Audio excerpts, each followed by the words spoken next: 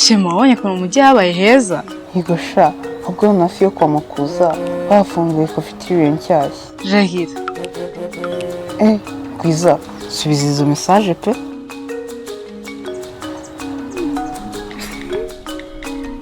Ahubwo se Shema wamfotoye.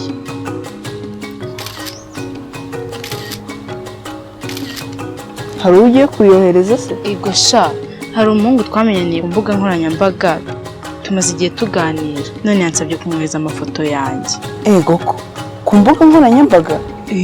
Sha, ababyeyi banjye baba bankangurira kutizera abantu duhuriye kuri internet kuko hariho abiyoberanye benshi. Ubu wasanga uri kuvugana n'igisambo cyangwa se umugezi wa nabi. Uzi ko ari byo?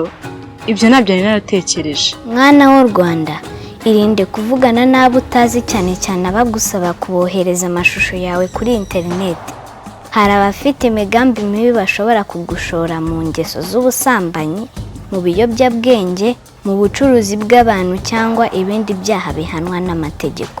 Nugira impungenge, uzihutire kubibwira ababyeyi bawe cyangwa uhamagara imirongo itishyurwa ya RIB kuri 116 cyangwa NCC 711.